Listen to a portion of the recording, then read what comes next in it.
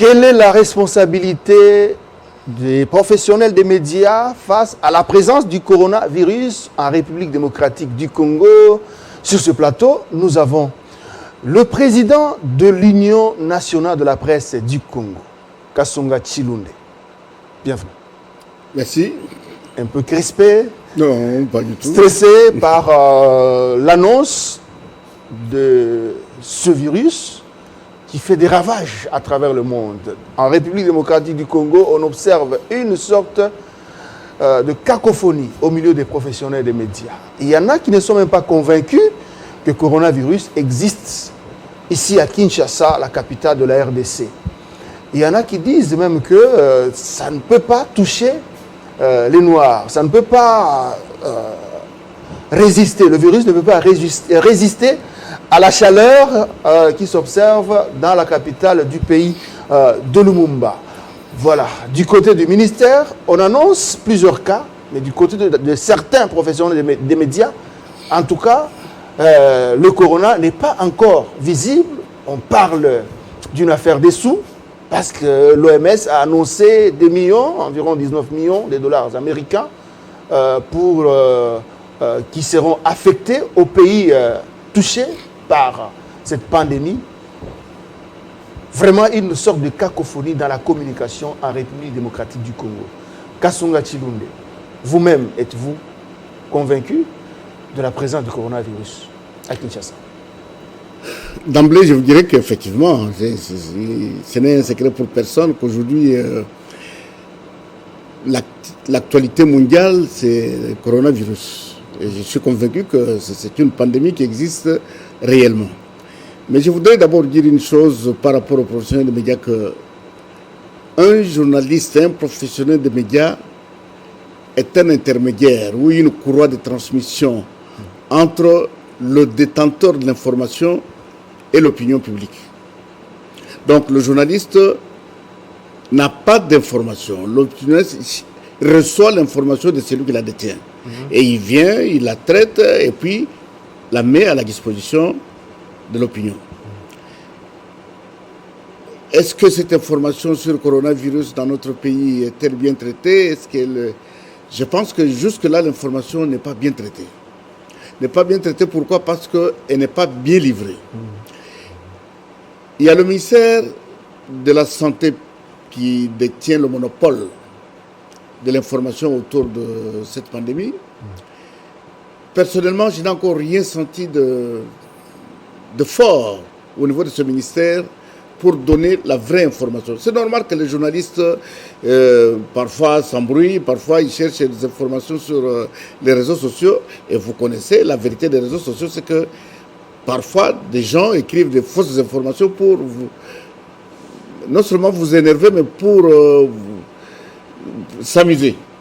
Quand on dit par exemple que les Noirs ne sont pas réceptifs comment on appelle, au virus, mais ça ne vient pas d'une source officielle.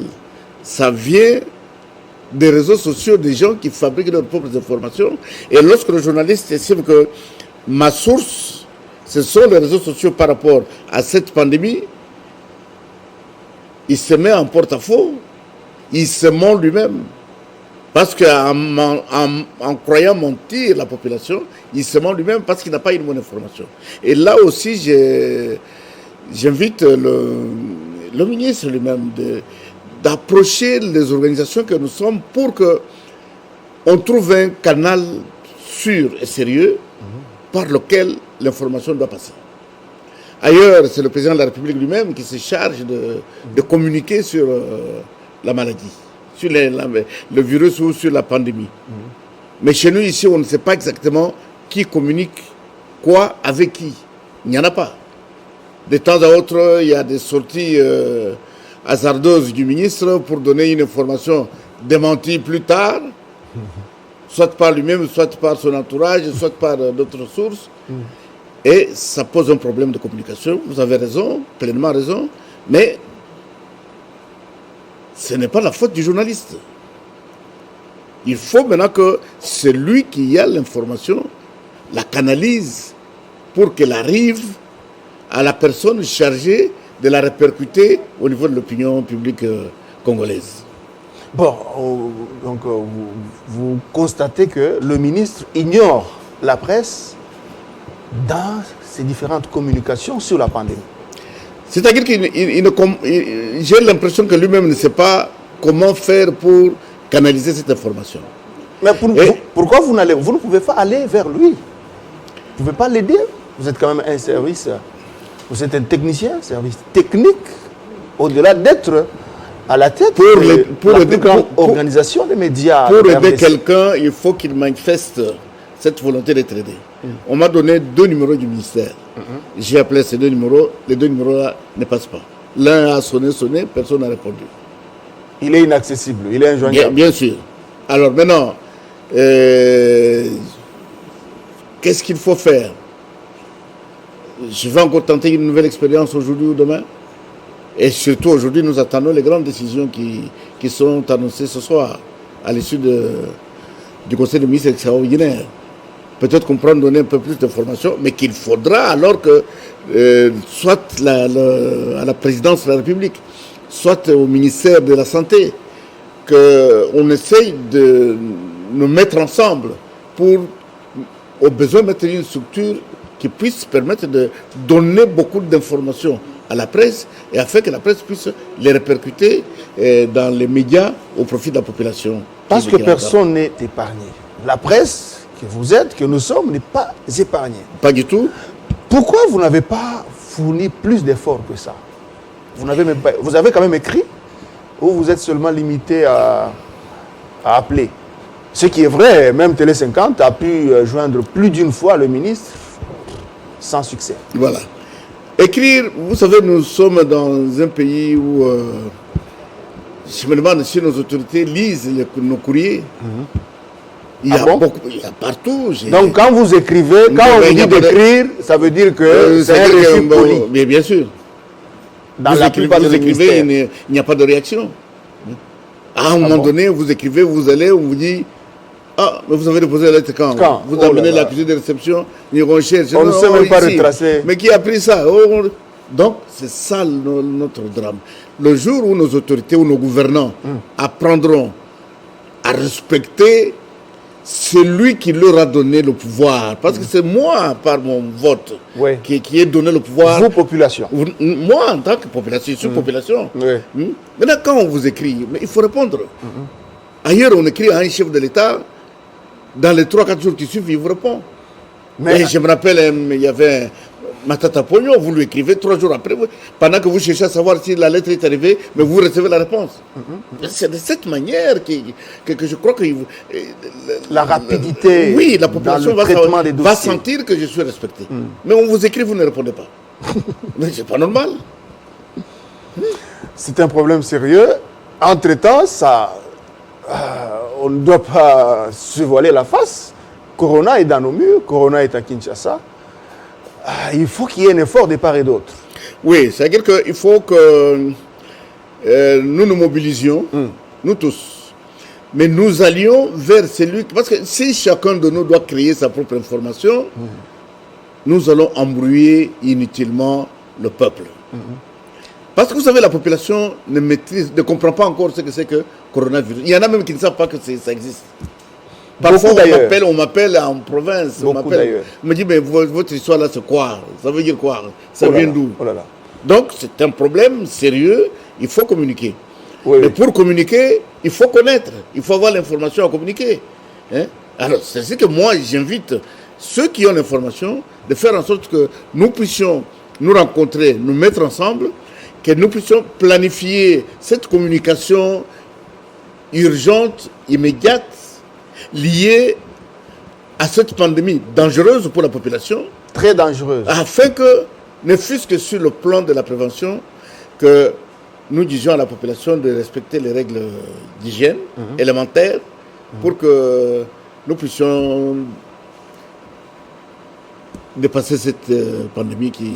Vous savez, il y a peu, j'étais, je crois, dans la commune de Kalamou. J'ai rencontré un monsieur, une dame, qui parlait. Parce que à côté de moi, il y avait quelqu'un qui avait un masque. Les deux compatriotes l'ont regardé et dit non, vous pensez que le corona peut exister dans notre vie. Nous vivons avec les égouts, nous vivons avec les déchets, et ça ne nous tue pas. Vous nous amenez le corona, nous, ça ne va pas nous atteindre. Nous, on va survivre, on va vivre. Il n'y en aura pas. Vous voyez à quel niveau la population est ignorante de ce danger. Manque d'information. Maintenant, vous, en tant que responsable du quatrième pouvoir, comme on aime l'appeler dans notre pays, qu'est-ce que vous faites? Apparemment, vous avez aussi croisé les bras. Vous avez tenté de joindre le ministre, il ne répond pas, et vous vous arrêtez là. Mais vous pensez que le mieux à faire, c'est quoi? Si ce n'est que... Parce qu'aujourd'hui, à moins que je me trompe, c'est lui, le ministre, qui a les manettes, l'information sur le coronavirus. C'est lui. À la rigueur, recourir auprès du comité de Ebola. Jusque-là, le comité d'Ebola n'a pas été responsabilisé pour Corona. Il faudra maintenant qu'on sache. Parce que Ebola n'est pas encore déclaré définitivement parti. Non. Alors, donc, ce qui fait que il faut nous rabattre soit sur le ministre, soit sur le président de la République. Parce que c'est eux qui tiennent les manettes de l'information sur le coronavirus. Bon, alors, cette sorte de, je peux l'appeler, diarrhée d'information, cette cacophonie dans la diffusion des informations sur Corona, au niveau des professionnels des médias, qu'est-ce que vous faites? Parce que la population en souffre énormément. La population en souffre effectivement, mais au niveau des professionnels des médias, à l'heure actuelle, quand vous allez lui poser le problème, il va vous dire, mais président, je n'ai pas une autre source d'information que les informations que j'ai entre les mains. Et lorsque le ministre annonce qu'il y a un troisième cas, il le diffuse. Mais à défaut de ça, parce qu'ailleurs, c'est pratiquement toutes les heures, à tout moment, qu'il y a l'évolution. L'OMS même, il publie les tableaux de l'évolution de cette pandémie à travers le monde. Oui. Bon, alors, ils disent, mais si vous prenez une seule fois, et puis vous faites quoi? Moi, je dis non, mais maintenant, il faut avoir les mesures de prévention qu'il faut vulgariser dans toutes les langues nationales pour que nos compatriotes qui sont partout au Congo puissent savoir comment s'y prendre, qu'ils apprennent à se laver les mains au savon, qu'ils apprennent à éviter de se saluer. Bon, ça, ce sont des précautions qu'il faut attendre du gouvernement, parce que nous ne pouvons pas déjà déclarer cela de cette manière. Il y a des pays où les écoles sont fermées, comme la France, les écoles sont fermées, les églises sont fermées, les marchés n'existent plus, les fêtes de mariage, les deuils, on n'en parle plus. Oh. Ah oui, les deuils, non, quand vous perdez quelqu'un, de la mort, que 2 ou 3 membres de famille vont l'enterrer, c'est fini. Donc, il faut le faire en silence. En silence, vous n'avez pas besoin. Et puis, hier, j'ai vu une image où le pape François faisait le tour des rues de Rome, les rues vides. Il n'était que lui avec ses 4 ou 5 gardes du corps. Les rues vides. Donc, c'est pour dire que l'Italie, c'est vrai, la France, l'Europe particulièrement, paye le prix le plus fort de cette pandémie. Les États-Unis, la même chose. Mais en Afrique, comme ce n'est pas encore arrivé d'une manière abondante, les gens se font une idée, non, vos histoires-là, ça ne nous concerne pas. Et nous, avec la peau noire, on ne peut pas voir le corona. Et nous, avec la chaleur. Mais tout ça, moi, j'ai posé la question à un ami, docteur Jean-Marie Kayembe, qui est dans l'histoire des... Il dit non, c'est une erreur. Il est dans le comité... Oui, comment on appelle le comité là d'Ebola. De riposte. De riposte d'Ebola. C'est un virologue. Oui, il est doyen de la faculté de médecine à l'UNIKIN. Ok. Donc, non, le corona attrape tout le monde. Il n'a pas besoin de pauvres. D'ailleurs, dernièrement, hier, on vient de perdre un Congolais à Paris. Atteint du corona. Atteint du corona, il est mort, il en est mort. Un certain Mayele. Donc, c'est pour dire que les gens ne doivent pas se laisser prendre par des charlatans. Ils doivent avoir l'information officielle. Ils doivent savoir comment prévenir la pandémie. Donc, la meilleure manière de prévenir le virus, c'est de prendre soin de son hygiène quotidienne. Se laver les mains régulièrement. Et voilà. Éviter des salutations, Éviter les salutations, comme on l'a dit embrassades. tout à l'heure, les embrassades et tout ça. Peut-être qu'à partir de ce moment-là, après, au bout, comme le virus a été vaincu en Chine, on espère que les Coup de chapeau au gouvernement chinois. Ah oui, on espère que les Français, les Italiens, les Américains vont faire autant pour que... et nous, ici, nous nous disons que nous avons beaucoup plus de chances de vaincre ce virus bien avant tout le monde. Comment ça? Mais parce que nous avons notre Muyembe national qui est outillé en matière virale. Donc il peut, je crois, il doit déjà avoir amorcé une action qui puisse permettre de contenir et d'éradiquer ce virus dans notre pays. Bon, vous dites qu'il doit avoir déjà commencé une action pour combattre, pour prévenir, pour bouter hors du territoire le corona. Vous n'êtes pas au courant. Bon, comme vous avez mené une démarche auprès du ministre de la Santé, sans succès, pourquoi vous n'avez pas changé le fusil d'épaule pour aller vers Muyembe? Ça peut quand même faciliter. Non, c'est-à-dire ça peut quand même permettre. Ça peut quand même permettre à la presse d'avoir les informations fiables quant à ce. Mais Muyembe est sur un autre virus. Un autre virus qui n'est pas encore officiellement déclaré éradiqué. Nous n'avons pas appris qu'il a aussi pris l'autre virus qui vient d'arriver. Il n'est pas responsabilisé officiellement. Par rapport au on ne sait même pas si lui-même a déjà pris l'initiative de s'activer déjà sur le coronavirus. Donc ça pose un problème. C'est les informations que nous allons chercher. Donc pour vous, Muyembe est encore dans le dossier Ebola. Oui, il est encore là-bas.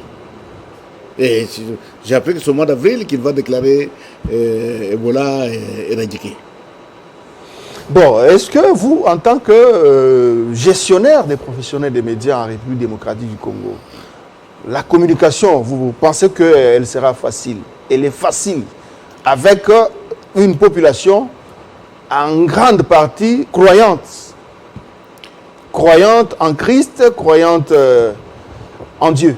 Parce qu'il y en a qui disent que non, en tout cas, quoi qu'on fasse, quoi qu'on dise, Jésus va nous protéger, le sang de Jésus va nous sécuriser, quand bien même on ne prend pas des précautions, les mesures d'hygiène. Le sang de Jésus ne sécurise personne. La personne commence par se sécuriser elle-même. J'étais à la messe, moi je suis chrétien catholique, et j'étais à la messe dimanche. Notre curé qui célébrait la messe nous a dit qu'il attend parce que la situation n'est pas bonne et que le virus est réel. Il nous l'a dit dans la messe. Et que attendons au courant de la semaine, qu'est-ce que ça va donner? J'ai mon fils qui doit se marier samedi. Mais il a dit non, papa, attendons. Oh bon? Oui. Il a accepté volontiers de répondre. On avait déjà commencé les démarches, tout ça pour le mariage. Et samedi, le 21, il devait célébrer le mariage à notre église, Notre-Dame de Lupin. Okay. Alors maintenant, dimanche, il dit non, attendons. Et lui, il me dit qu'il attend ses autorités ecclésiastiques, il lui dit ce qu'il veut dire, en même temps les autorités politiques. Et après, on va voir ce que ça va donner. Si on pourra avoir la possibilité d'organiser ces deux activités, tant mieux. Mais la vérité, c'est qu'il faut que l'information officielle, l'information réelle soit amplifiée. Et pour qu'elle soit amplifiée, il faut que ceux qui la détiennent nous la donnent. Les sources officielles. Voilà. Ici, le ministère de la Santé. De la Santé, voilà. Et la présidence de la République. Voilà. C'est eux qui doivent nous donner ces informations pour que nous puissions les mais qui ont du mal à donner l'info. C'est parce qu'ils ne comprennent pas. C'est parce que c'est pas parce que c'est un dossier très délicat. Mais il n'y a pas de savoir délicatesse. gérer L'autre qui certaines est- sensibilités parce qu'il y a une partie de la population qui peut perdre la vie juste par une information mal canalisée, mal diffusée. Non, c'est-à-dire que le journaliste, sur le plan des principes, il diffuse son information avec beaucoup de responsabilité. Il n'est pas alarmiste. Ça, c'est évident. Mais il faut, la population, dès que vous lui donnez une information officielle, la population croit, accepte. Il y a certains journalistes qui parlent de l'affaire des sous. Que Corona n'est pas à RDC. Quand l'OMS a annoncé des grosses sous pour soutenir les pays affectés, c'est là que, en RDC, Corona a été créé. Ça, c'est selon certains professionnels des médias.